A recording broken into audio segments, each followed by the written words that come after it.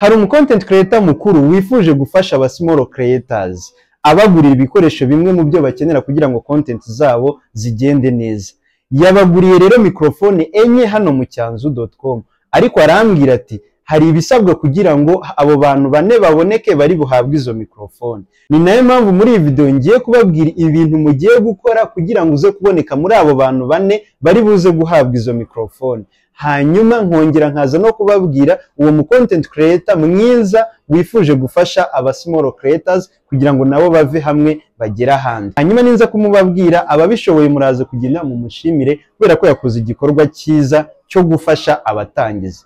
Benshi mu ba big creators cyangwa mu bamaze kugafata usanga birengagiza abatangizi, ariko haba harimo bamwe bagifite umutima bavuga bati ndabizi gutangira biragora, hari ibikoresho abantu baba bakeneye, hari inama, hari ubumenyi, akareba kimwe mu cyo yashobora guha abatangizi akabafasha. Hari igihe utashobora kumushyira muri filime yawe ariko ukavuga uti wakenera iki kintu. Ngizi microphone uwo mu big creator cyangwa uwo mu content creator mukuru yaguriye abatangizi bose. Reka rero tudatinze mbabwira ku kantu gato yambwiye mukora kugira ngo haze kubonekamo bane bari buze gutwara izi microphone, kuko murumva mvuze ngo muze mwese mwahurira hano. Ni nayo mpamvu rero yifuje kuvuga ngo nibura rebamo abantu bashoboye bafite gahunda ku bijyanye no gukoresha social media.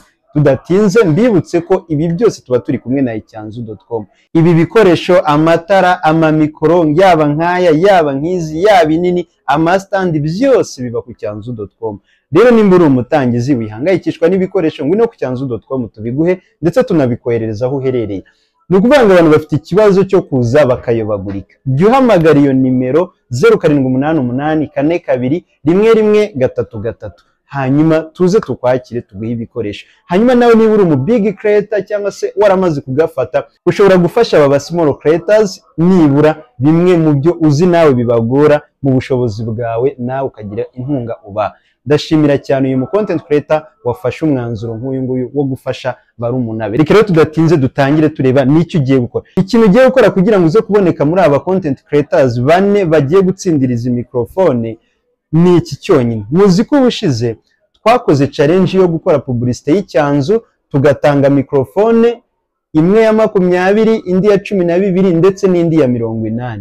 Rero uyu munsi uyu nguyu we icyo yansabye yambwiye ati abo ba content creators bakore indi challenge ya publicity, nibarangiza bayipostinge kuri TikTok zabo, hanyuma ugira like 100 aguhereze link ucekinge ko yazigeje, hanyuma uhitemo bane ba mbere. Ni ukuvuga ngo rero ni igiki wowe ugiye gukora kugira ngo uze kuboneka muri aba bantu bane. Ni ukuvuga rero ngo ni igiki ugiye gukora kugira ngo uze kugaragara muri aba bantu bane bari butsindire microphone.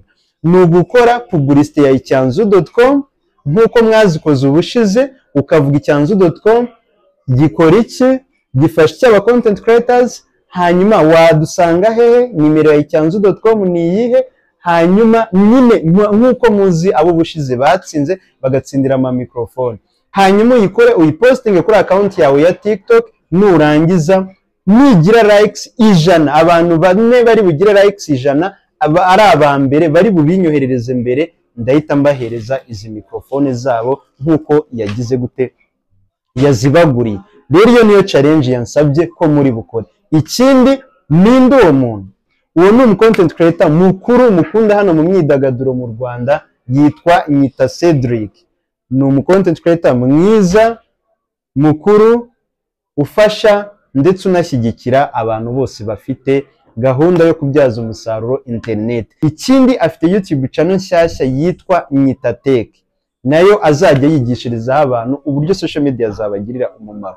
Rero mushobora no kuza kujyayo kuri Nyita Tech, ubundi channel ye nkuru yitwa Nyita Cedric, hanyuma mushobora no kujya kuri YouTube channel ye yitwa Nyita Tech, nibwo igitangira mugakora subscribe mukahagira iwanyu naho mukajya mwigirayo, hanyuma mukaza gukora izo challenge. Bageje likes 100 kuri iyo challenge bakoze, izi microphone nk'izabo, hanyuma uraza kutwereza link kuri WhatsApp y'icyanzu 0788421133 microphone mugire gute muzitsindire. Iyi ni microphone ikora muri telefone zose ndetse no muri kamera, ikagira uburebure bw'umugozi ureshya nibura na metero na santimetero nyinshi nka 40 cyangwa 50. Ushobora kuyambara hano gutya cyangwa se ukayicisha mu mwenda bitewe n'ukuntu ukora, urabona ukuntu ireshya. Rero nguko ngayo ndizera neza ko niba uri tayari waboneka muri aba bantu bane bari buze gutsindira izi microphone. Turarikira n'abandi ba big creators mutera inkunga abatangizi,